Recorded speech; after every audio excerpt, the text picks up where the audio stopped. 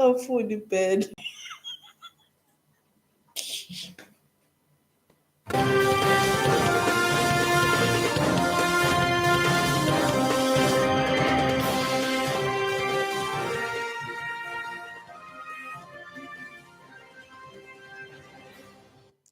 A very good afternoon once again, and welcome back to Channel Nine TV. Let us just take a look into the latest of the news update.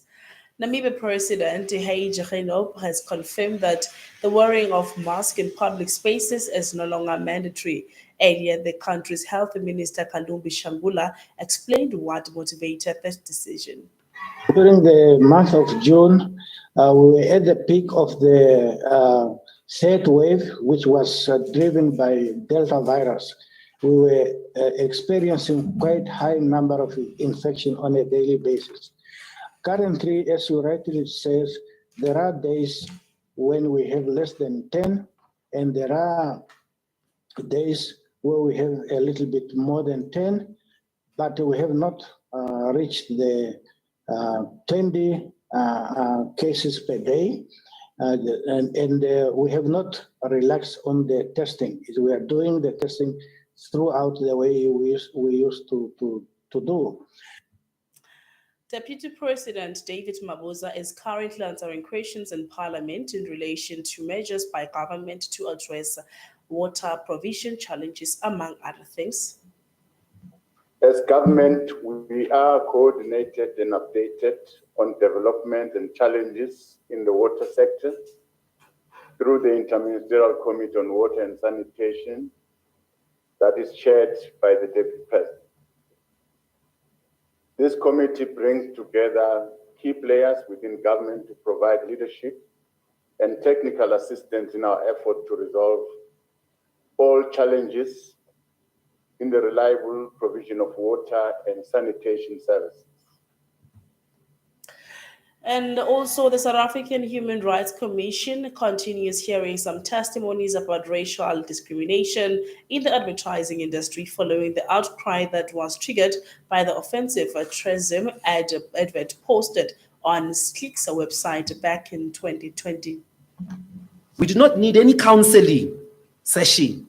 Racism is alive in the advertisement industry. Unemployment is the greatest problem in this country. Race relations, meanwhile, as I said, have never been better. The first very big problem with the ARB's functioning is that it is completely voluntary to be a member of the ARB, which simply means if I do not want my marketing content to be regulated, I withdraw from the ARB.